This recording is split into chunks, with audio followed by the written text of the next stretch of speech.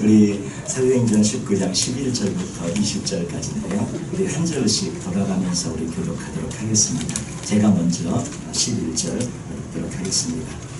하나님이 바울의 손으로 놀라운 능력을 행하게 하시니 심지어 자기들이 바울의 몸에서 손소리나 부시를 가져다가 병든 사람에게 얹으면 그 병이 떠나고 악기가 나가라. 이에 돌아다니며 마술하는 어떤 유대인들이 시험삼아 악기 들린 자들에게 주 예수의 이름을 불러 말하되 내가 바울이 전파하는 예수를 의지하여 너희에게 명함으로 하노라.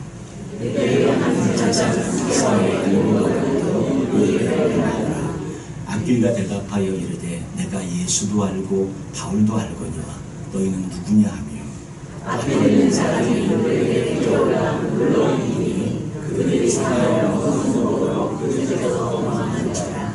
에베소에 사는 유대인과 헬라인들이 다 이 일을 알고 두려워하며 주 예수의 이름을 높이고 이런 사람들이 하나님께서 작업하여 행하는 일을 알으면 또 마술을 행하던 많은 사람이 그 책을 모아가지고 와서 모든 사람 앞에서 불사르니 그 책 값을 계산한즉 은 5만이나 되더라. 이와 같이 주의 말씀이 힘이 있어 흥하여 세력을 얻으리라. 아멘. 오늘 말씀의 제목을 사단이 아는 사람이라는 제목으로 한번 붙여보았습니다. 그래서 저희들이 이 말씀을 통해 또 같이 은혜를 나누기를 원하는데요.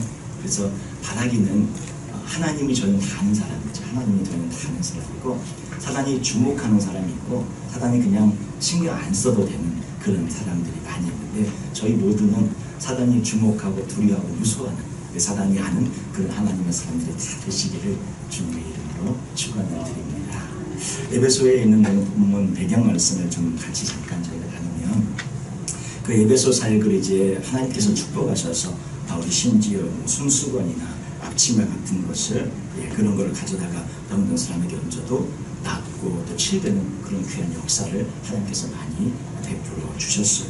그런데 그 에베소 지역은 그 당시 굉장히 마술 같은 게 참 보편화되어져 있었던 흥황된 지금도 아프리카 지역은 그런 게 많이 있잖아요. 마술들이 뭐 한 여러 가지 그런 마술들이 에베소에 퍼져 있었는데 그 에베소가 얼마나 그 마술들로 유명했냐면 뭐 주술서들을 에베소 글 이렇게 에피시안 라이팅스 이렇게 불렸을 정도로 그 주술서 마법책들을 그렇게 애칭으로 불렸다고 합니다. 그러니까 에베소가 얼마나 그렇게 마술이나 이런 것들이 굉장히 보편화되어졌고 많이 이렇게 사람들이 썼는지를 저희들이 보게 되어집니다. 바울을 통해 나타나는 그런 하나님의 역사는 주술이나 마법 또 무속인들의 어떤 그런 것과는 근본적으로 다르는데 이를 잘 모르고 이제 스게와의 7 아들이 흉내를 냈죠. 그래서 예수의 이름을 바울이 사용하니까 나도 한번 써보자. 그래서 사용하려고 했을 때 오히려 그 악귀가 그들을 제압하고 그들이 올라타고 막 그들을 때리고 이렇게 돼가지고 전혀 악귀를 쫓아내는 게 아니라 오히려 자기들이 쫓겨나는 그렇게 어려움을 당하게 되어지고 망신을 당하게 되어집니다.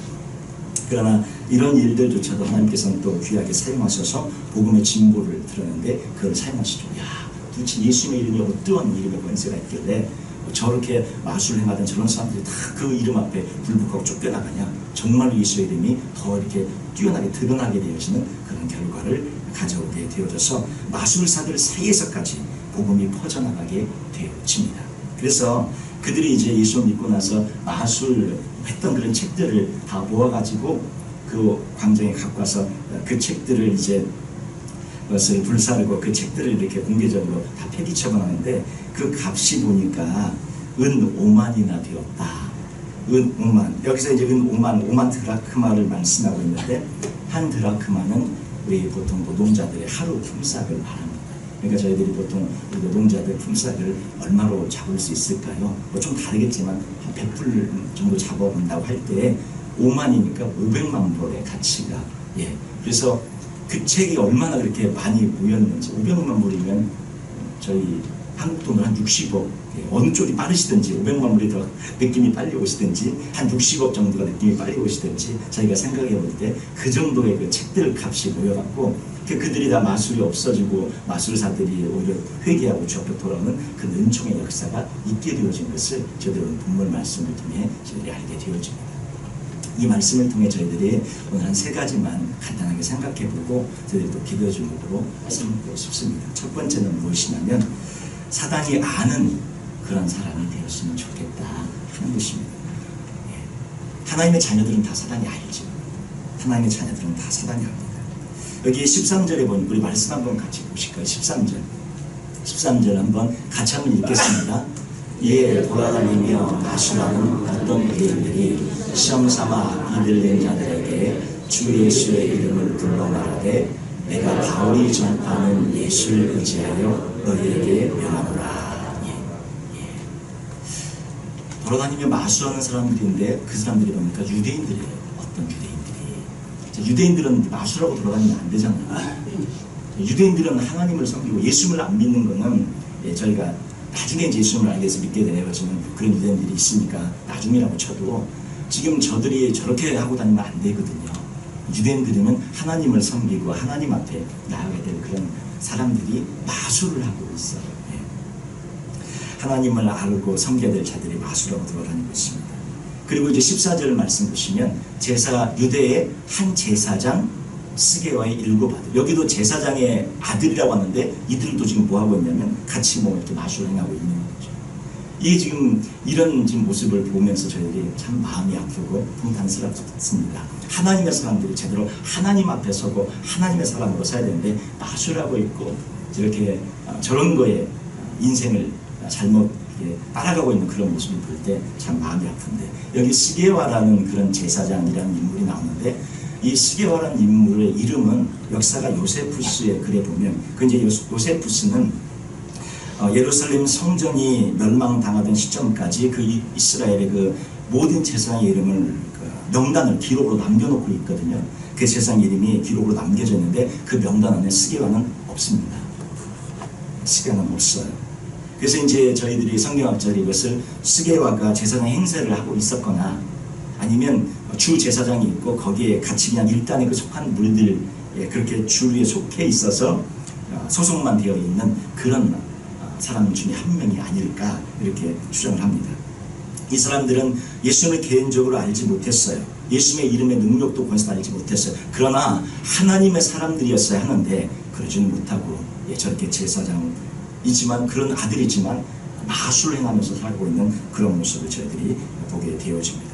근데 이들이 예수의 이름을 빙자해서 그 예수의 이름으로 떠나가라 물러가라 약게 들린 사람에게 그렇게 얘기를 하죠. 우리 15절 한번 볼까요? 한번 같이 한번 읽겠습니다. 악귀가 대답하여 이르되 내가 예수도 알고 바울도 알거니와 너희는 누구냐 하며, 여기 악귀의 말은 이렇습니다. 내가 진실로 내가 예수를 안다. 악귀가 대답하는 거예요. 그리고 내가 바울을 내가 안다. 근데 너희는 누구냐 이렇게 묻고 있는 것입니다.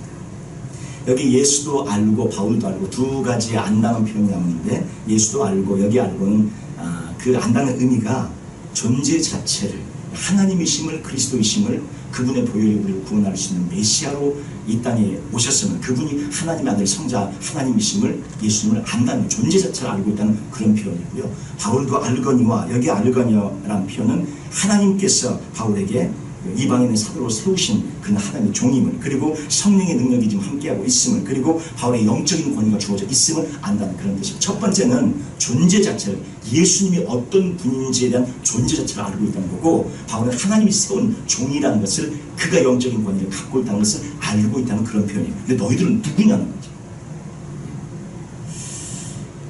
여기서 보면 사단이 분명히 뭔가를 알고 있는 것을 저희들이 보게 되어집니다. 예수님을 알아요.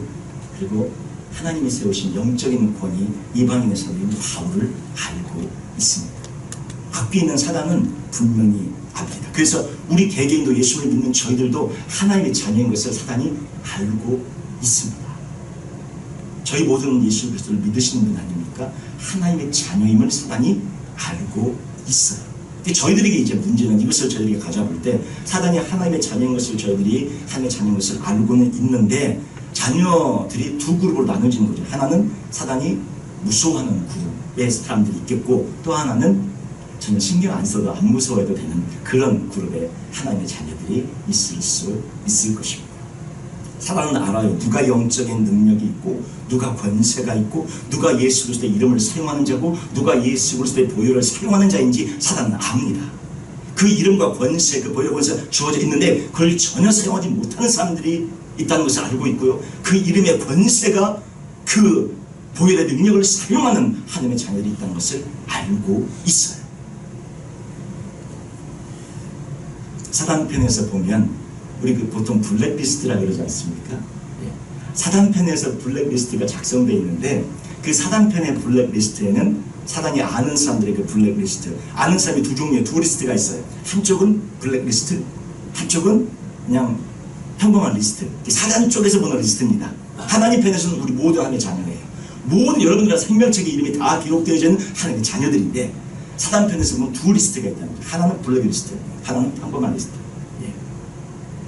이쪽 블랙리스트, 요 블랙리스트에 오늘 우리 모든 성도들이 같이 들어가셨으면 해서 제가 이렇게 말씀을 나눈 거예요. 평범한 리스트, 여기는 사단이 알고 있어요. 리스트가 있으니까 알고 있어요. 하나님의 자녀인 그 리스트 중에 평범한 리스트, 전혀 사단이 신경 안 써도 되는 그런 리스트인 줄 압니다.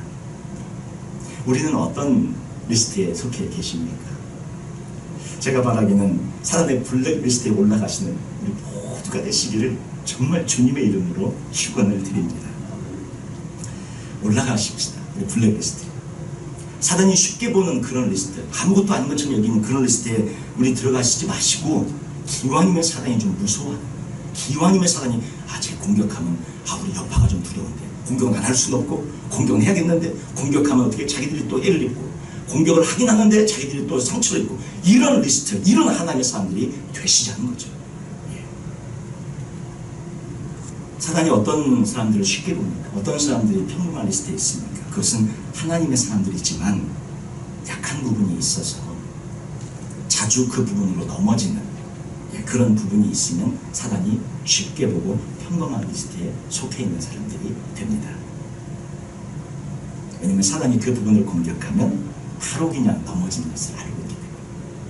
그래서 어떻게 합니까? 적당한 시기에 적당하게 한 번 딱 공격해 주는 거죠. 그러면 한 번 탁 넘어지면서 한 일주일 열흘 그냥 우리 모두 약점이 있어요.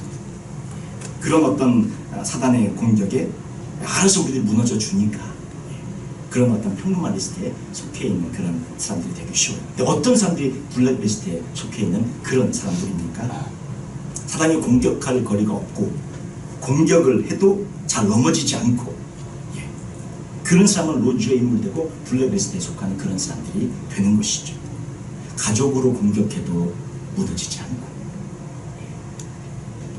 돈으로 공격해도 안 무너지고 어떤 시기심, 질투심 이런 걸로 공격해도 요동함이 없고 허무함, 좌절감 이런 걸로 공격해도 절대 하나님을 의지하고 더 달려들고 절망감, 분노 이런 걸로 공격해도 전혀 쓰러지지 않고 오히려 그때마다 하나님 앞에 달려가서 주여 저 원래 그렇습니다. 주님이 도와주신 지금까지 살아온 거 주의 은혜입니다. 더 찬송하고 더 찬양해버려요.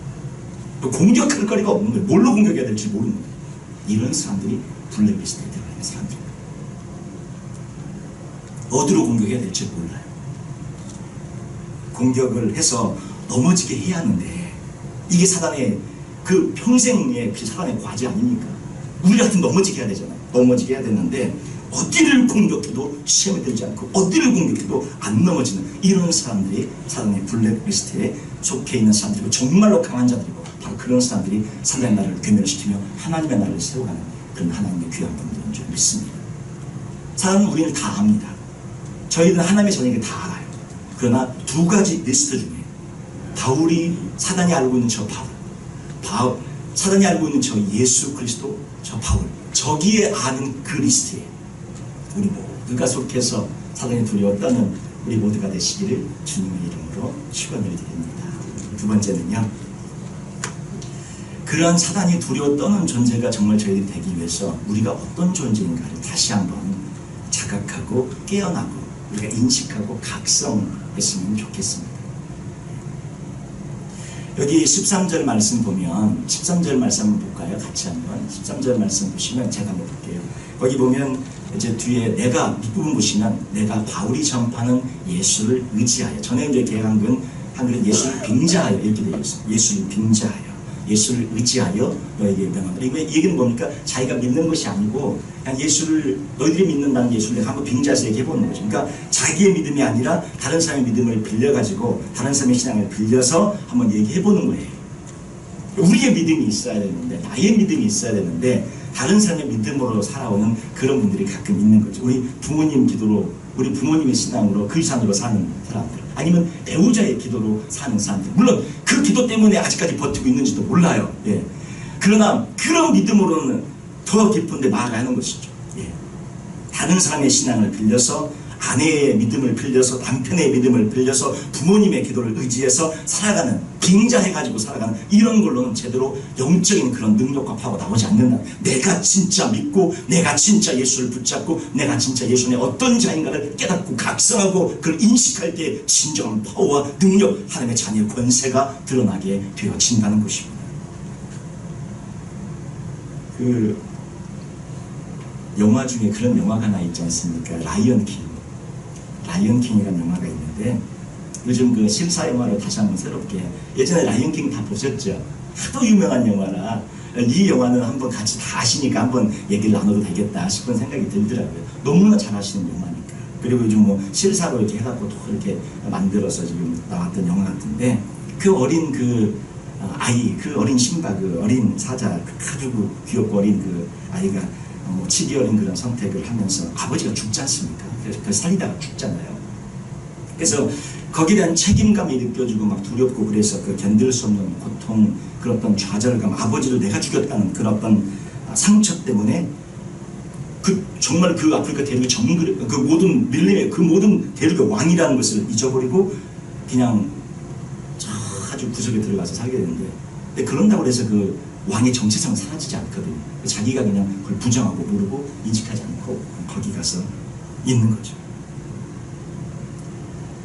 자기가 그 모든 걸 잊어버린다고, 그걸 기억하지 않으려고 해도 그 아버지로부터 물려받은 그 정체성, 그 왕의 모습, 그리고 그 왕의 능력, 진정한 것이 사라지지 않는, 자각을 못하고 있는 것뿐, 자기가 정말로 그 대륙의 왕이라는 걸 자각하지 못하고 있을 뿐, 그냥 그 진짜 왕인데 그러고 살고 있는 거죠. 이처럼 예수 그리스도의 십자가의 보혈로 저희들 하나님의 자녀로 저희들을 삼아주셨고, 진정한 하나님의 자녀의 권세를, 왕의 권세를 갖고 있는데 저희들이 그것을 자각하지 못하고 깨닫지 못하고 사용하지 못하고 있는 그런 저희들의 모습이 아닌가 싶습니다. 예수님의 그 십자가의 보혈의 그 은혜가 얼마나 우리를 자유케 하는지, 진정으로 우리를 모든 죄와 사망의 권세에서 해방하였고 하나님의 자녀임을, 우리에게 진정한 자유를 주고 있는 그 예수의 십자가의 그 보혈의 은혜를 붙잡고 정말로 자유를 누리며 살아가는 왕으로서 살아가는 우리 모두가 되어야 할 터인데, 때로는 그러지 못할 때가 우리 안에 있다는 것입니다. 우리는 누구입니까?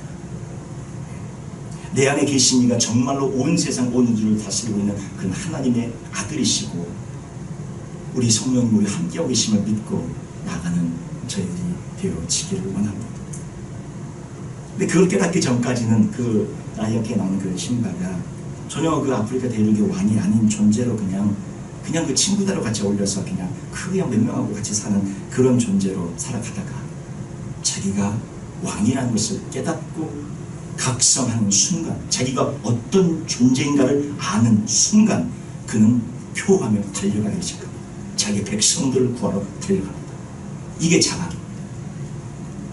하나님의 사람임을, 내가 하나님의 자녀고 온 세상의 왕임을 깨닫는 순간에, 그 하나의 차이인데 그 순간에 완전히 모든 것이 달라 보이고 완전히 모든 것이 다르게 행동하기 시작합니다. 전에는 그냥 어디 저 밀림한 구석에 있는 동물의 하나였지만, 이제는 백성 전체를 구하는 왕으로서 자각하고 그 사명을 감당하고 그 사명으로 살아가는 진정한 왕으로 올라서게 되는 것이죠. 우리 모두는 하나님께서 오시는 왕입니다. 자각하느냐, 인식하고 깨어나느냐, 아니면 그렇지 못하고 그냥 나는 아무것도 아닌가 봐, 난 네가 사단이 우습게 여기는 이쪽에 원래부터 있었고 영원히 있을 거야, 이렇게 생각하는 이런 사람으로 살 것이냐, 아니면 나는 사단이 두려워하는 하나님의 사람, 사단의 블랙리스트에 들어가는 그 하나님의 권세를 가지고 있는 예수의 이름을 사용할 수 있고 그 보혈의 능력을 사용할 수 있는 그런 하나님의 잔인한 자각과 깨달음이 있느냐 하는 차이가 있다는 것입니다. 너무나 지친 우리의 영혼을 향해 그 노파자가 신방이 그렇게 얘기합니다. 영어로 써있던데 제가 영어를 잘 못하지만 한번 읽어드릴게요. 그리고 한글로 한번 해드릴게요. 이렇게 합니다. Look inside of you, Simba. You are more than what you have become. You must remember who you are. 네 안을 들여다보렴, 신바. 너는 현재 너보다 그 이상의 존재란다. 너는 내 자신이 누구인지를 깨닫고 알아야 한다. 우리 하나님의 사람들, 여기 계신 모든 분들은 그렇게 귀한 분들이에요. 제가 이 하나의 영화의 대사 하나 빌려왔는데 제가 하고 싶은 말씀, 드리고 싶은 말씀은 그겁니다. 너무너무 귀한 분들이라는 거예요. 그래서 사람이 모르게 하는 거예요. 여러분이 예수의 이름의 권세를 쓰기 시작하고 여러분이 예수의 보혈의 권세를 쓰기 시작하면 사람이 두려 떠옵니다. 그럴까봐 무서워서 그냥 방해하고 있는 거예요. 예수 이름을 사용하십시오. 그 권세를 사용하십시오. 그 보혈을 사용하십시오. 그래서 사단이 무서워 떠는 그런 분들이 되시기를 주님의 이름으로 축원드립니다. 마지막으로 세 번째, 그러기 위해서는 저희들이 말씀을 알아야 되고 말씀으로 무장해야 돼요. 우리 20절 마지막 오늘 읽었던 마지막 말씀입니다. 20절 한번 다 같이 한번 읽어볼까요? 이와 같이 주의 말씀이 힘이 있어 흠망하여 세력을 얻으리라. 깨어난 하나님의 사람들이 사용하는 무기가 말씀입니다. 말씀이 힘이 있고 파워가 있고 말씀이 권세가 주어지고 있습니다. 하나님께서 이 말씀으로 온 세상을 창조하셨고 내 입에서 나가는 말이 헛되이 내게로 돌아오지 아니하며 나의 뜻을 이루며 나의 명하여 보낸 일에 형통하리라. 여러분의 입술로 선포되는 여러분의 입에서 나가는 말씀들이, 그 말씀은 선포되잖아요. 한번 나가면 그 말이 이루어지기까지, 그 사명을 완수하기까지 결코 쉬지 않고, 그 말을 이루어지도록 사명이 완수되도록 쉬지 않고 말들이 그 사명을 감당합니다. 그래서 권세가 주어져 있는 말씀, 하나님도 말씀으로 온 세상을 창조하셨어요. 여러분에게 그 권세가 주어져 있고 이 말씀으로 온 세상을 정복하는 그런 능력이 주어져 있고 사단의 나라들을 파괴하는 능력이 주어져 있습니다. 그래서 우리들은 어떻게 말해야 됩니까? 늘 축복의 말, 말한 대로 그대로 이루어진답니다. 내 입에서 나가는 말이 헛되이 내게로 돌아오지 아니하고 나의 뜻을 이루며 나의 명하여 보낸 일에 형통하리라 말씀하셨어요. 반드시 말한 대로 이루어지도록 하나님께서 말에 권세를 주어졌습니다. 그래서 저희들은 늘 소망의 말을 갖고 늘 된다, 할 수 있다, 된다, 너는 된다, 이런 말씀을 갖고 자녀들을 축복하시고, 지금은 소망이 없는 것처럼 보여지는 자녀들이라 축복하시고 또 축복하시고 또 축복하시면 그 자녀가 반드시 그 말의 열매를 거두어서 위대한 하나님의 사람으로 쓰임받는 그런 은총의 역사가 있을 줄 믿습니다. 히브리서 4장 12절에 이런 말씀이 있어요. 한번 같이 한번 읽어볼까요?